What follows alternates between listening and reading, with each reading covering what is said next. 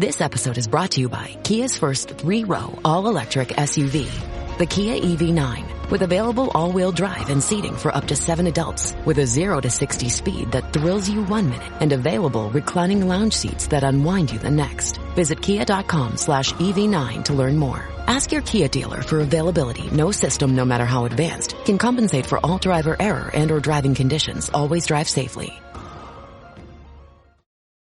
Welcome to the Human Capital Innovations Podcast, your go-to source for personal, professional, and organizational growth and development. We hope you tune in often for all things people management, organizational development and change, organizational leadership, and social impact related. Maximize your personal and organizational potential with Human Capital Innovations Podcast.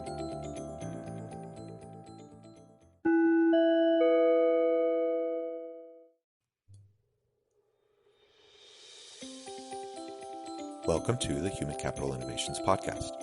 In this HCI podcast episode, I talk with Orin Davis about employee well-being, inclusion, and becoming an employer of choice.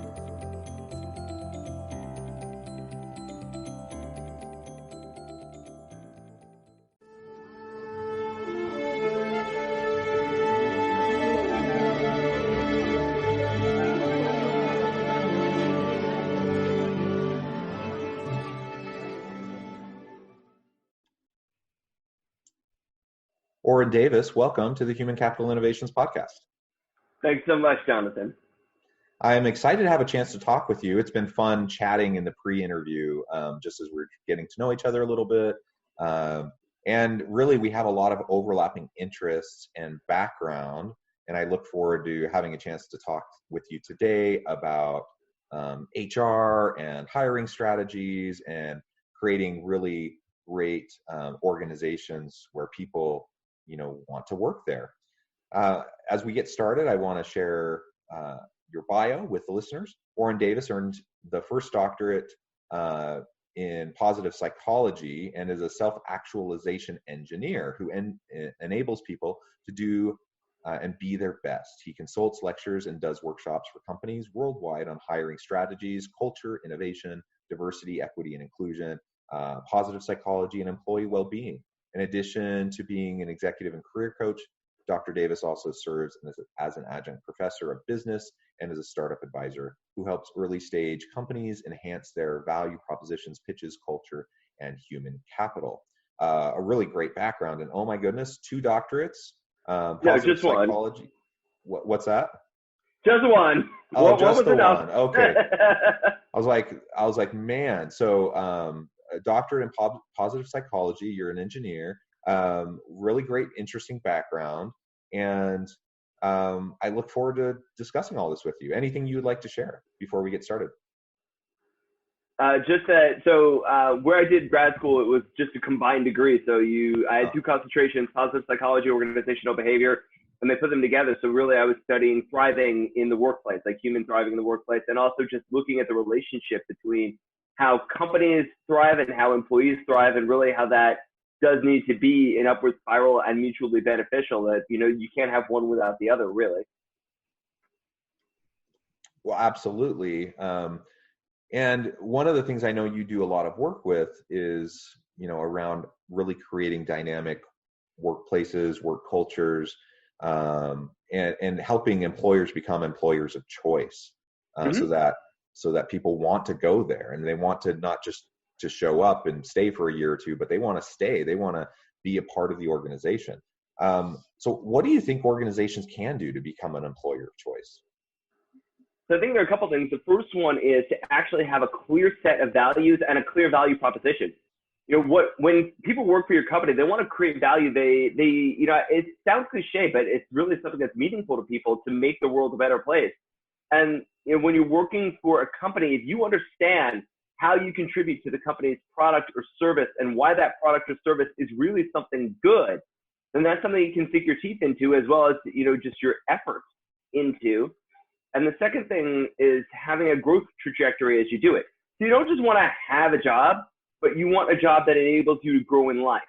And there are 2 ways that can happen. One is that, your job is the way that you grow. So that's sort of your path to self-actualization. that you take this work and this work is part of your calling, and the company is giving you opportunities to do your best, to be your best, to grow, to learn. The other way to do that, though, is that for some people, their jobs are what fund their passion. So some people, for example, they've got their day job, and that is, what they do to make money because they've got the skills to do that, and they can do something that is useful.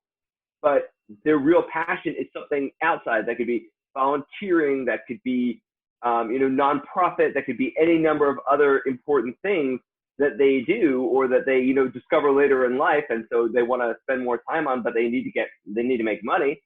So they use their job to fund growth in their passions. And as long as they've got a job and an employer that understands that that's what's going on, and it's very readily supportable, because these people are motivated to do the work, considering that they need the money to fund their passions. And as long as they can work that with the manager and with the company, that's still a growth trajectory. So, people can do that. They need a company that understands that they're human beings, and that when they're doing knowledge work, that they're using their heads.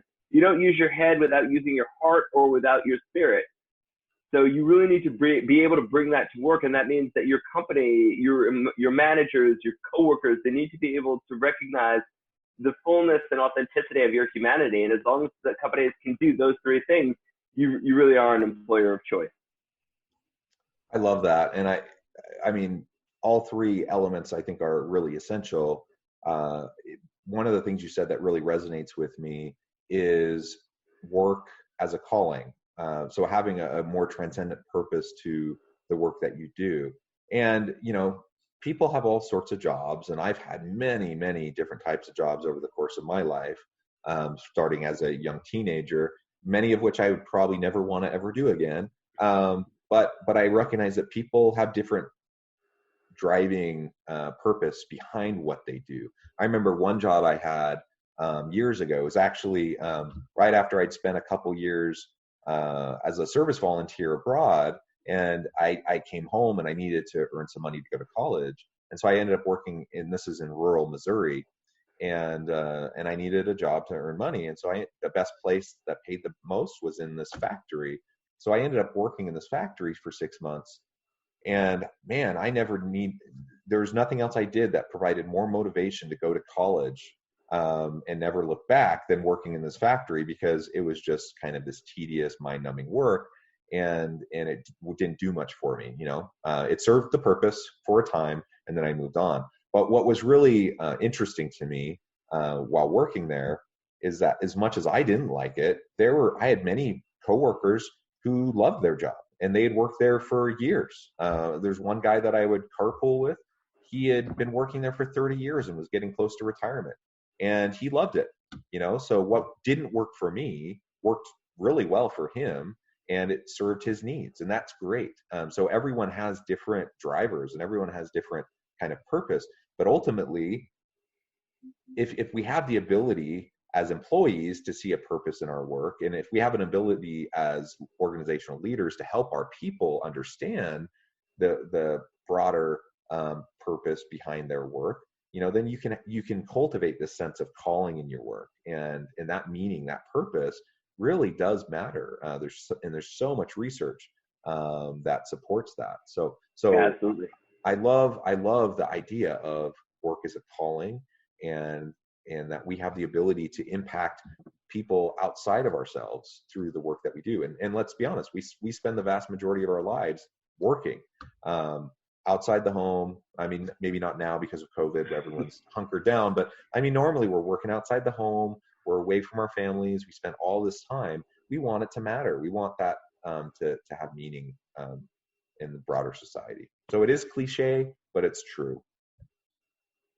Absolutely. And for people to have a purpose in life and a calling, whether it's at work or through work or funded by work, it's something that really does drive us, and it gets us out of bed every morning.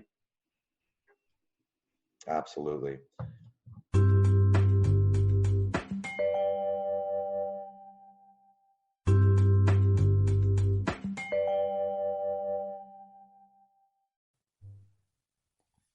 One of the aspects I really like about your background is your work with diversity, equity, and inclusion.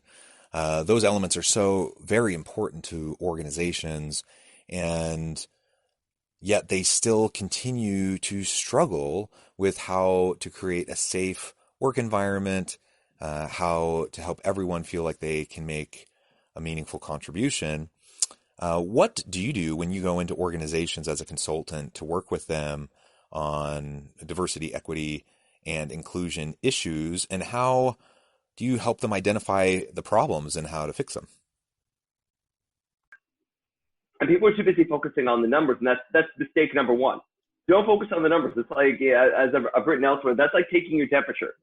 You take your temperature, it comes out, and if you got a fever, all that means is that you got a fever. You're sick with something, but you don't know what it is.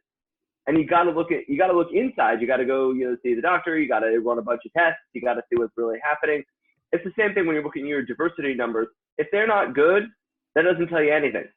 It just tells you something's wrong. In the vast array of things that could be wrong. So one of the first things to do is consider how you think about talent. Whom are you hiring? How are you hiring? Whom are you promoting? How are you treating people at work? What's the culture like? And I point out that actually one of the best metrics for this, who's eating? So when you bring food into the company, when there's any get together of any kind that involves food, is everybody eating? And I've found over and over again that is one of the best indicators that you've got good inclusion and that people are really able to bring themselves to work, because dietary restrictions are often a very, very personal thing. And so many different people have different dietary restrictions, and yet it really genuinely is possible to accommodate all of them at once. It takes a little effort, a little. And no, it's not always the fanciest thing out there, and not everybody is, going to eat the fanciest food. But you know what? It doesn't matter how fancy what you bring in is if half the people in the room can't eat it. Or if there's, if everybody in the room is eating it except one person, and everybody's got these nice full plates of delightful food, and there's one person sitting there with a glass of water, that should be screaming red klaxons at you. Flags, klaxons, whole thing, like there is something wrong here. And those little things that people think about, those are in a certain sense cosmetic things, but they're cosmetic things that require bringing in a much more thoughtful perspective on who works with you and who works for you and who they are and the selves that they're bringing to work. That's one. But along those lines also, it's stop looking only at, for example, skin color as an issue of diversity, or ethnicity or gender. There's a lot more to it than those things. And the people are shaped by those demographics, but that's not all they are. And so much of what we are is not going to be visible. Even if you see somebody of a particular gender or ethnicity, that's not all there is to them. There's a lot more to them than that. And how they live their lives that way, that's going to matter a lot as well. Absolutely. Oh, I love that. It's, people, I think, tend to have good intentions. Mm-hmm. The problem is good intentions don't always produce good outcomes. And because we have systems in place in many organizations that systematically work against certain populations of individuals, we have to check our biases. We have to check the implicit biases that we might have as individuals, but we also have to check the biases that might be institutionalized and built into the processes, the procedures, the policies, the systems that are in place in an organization. And so I like how you take an asset-based approach to dealing with, diversity, equity, and inclusion, and helping organizations think about what they're doing and how they can do it even better. And, because a deficit-based approach usually just gets people defensive. Mm-hmm. Yeah. But the reality is, we need to do better, and we can do better as long as we are intentional, as long as we give it the time and energy, so that we can make a positive impact and create a safe environment, create a place where people want to be. And that's really closely linked to being an employer of choice, as we talked about earlier. If you want to be an employer of choice, you need to be an inclusive organization, because you're really limiting your pool of candidates for a job if they have to fit like this really narrow mold of what they look like, what they talk like, how they talk, what they act like, how they think. And in today's world, we need diverse thinking. We need diverse organizations that are agile and adaptive and can respond to quickly, rapidly shifting consumer demand and competitive pressures. And man, that's just really hard when you have everyone who looks, acts, thinks the same. And you end up in this like echo chamber, this bubble, and you don't even know what you don't know. So creating diverse, equitable, inclusive environments, I think, is so important and really vital to being an employer of choice. So I love that work that you're doing. Truth that is. I definitely have to add one more thing to that, is that companies need to know why diversity is important. And I'm going to add this as well. It's not about social justice, because social justice is only part of the issue. The value that having a diverse set of employees brings to the company is something that the company needs to tie to the bottom line. Because at the end of the day, we must put in effort towards social justice. And that's critical, but also companies need to make a dollar, and companies do need to make profits, and there are pressures for that. And diversity does contribute to profit, but every company needs to look at the precise mechanisms for how, for why, what actually promotes the value proposition of the company and how diversity actually makes that happen. Because a lot of people that say, well, diversity is thought is a good thing, I ask them why, and they can't tell me. And if they can't tell me why diversity is thought is a good thing, then you're going to have people that push back on it, because there is a downside. Like there's upsides, downsides to everything. One of the downsides to diversity of thought is that it's harder to achieve consensus, because when everybody has a different opinion, I mean, you definitely get a wide range of views and perspectives, and that's great. But at the end of the day, you can only go in one or two directions. You can't go in the 20 different directions that everybody's bringing. So how do you get consensus? And so you have to find the right balance of diversity, but also the ability to make consensus, and to have a culture where, as long as you've got diversity, you also need to be able to have disagree and commit. Where I may not like where we're all going here, but I've been able to voice what I think. I've been heard. I've been respected. And now that we have brought consensus here, I don't agree with what we're doing, but I'm gonna go with the team anyway. And that's also a culture of respect, an inclusive culture where everybody can be heard and respected. That also makes a difference. But companies really need to get into this, why they need the diversity, and to recognize that diversity, going for diversity, hiring for diversity, also means getting the best talent that they can find, and that really is going to affect their bottom line. As indirect as that might be, and as much as you cannot calculate that ROI, it's still a critical part of the ROI. Absolutely. I wholly agree. Great thoughts. We're about out of time. I do want to give you a chance to share with the listeners how they can get in contact with you, how they can learn more about what you're doing, and reach out to you. Sure. People can find my website, www.qllab.org. That's qllab.org. People can find me on Medium, Orin Davis, and also on Twitter as Dr. Orin Davis. Awesome. Thank you so much. It has been a real pleasure talking with you today.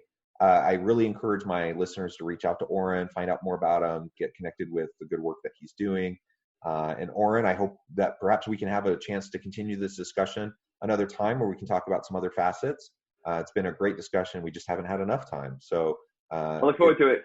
It's fun. It's fun when you find someone who really understands these nuances and where you can just bounce ideas off of each other. So I feel like we could probably talk for hours on these. Probably, yes. Well, good. Very much a pleasure, Jonathan. Thank you. Thank you. And I hope everyone has a wonderful rest of their week, and please stay healthy and safe.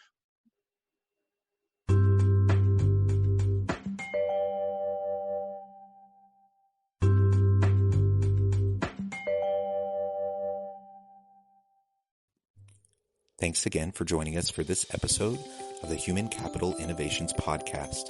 I hope you stay healthy and safe and that you have a great week.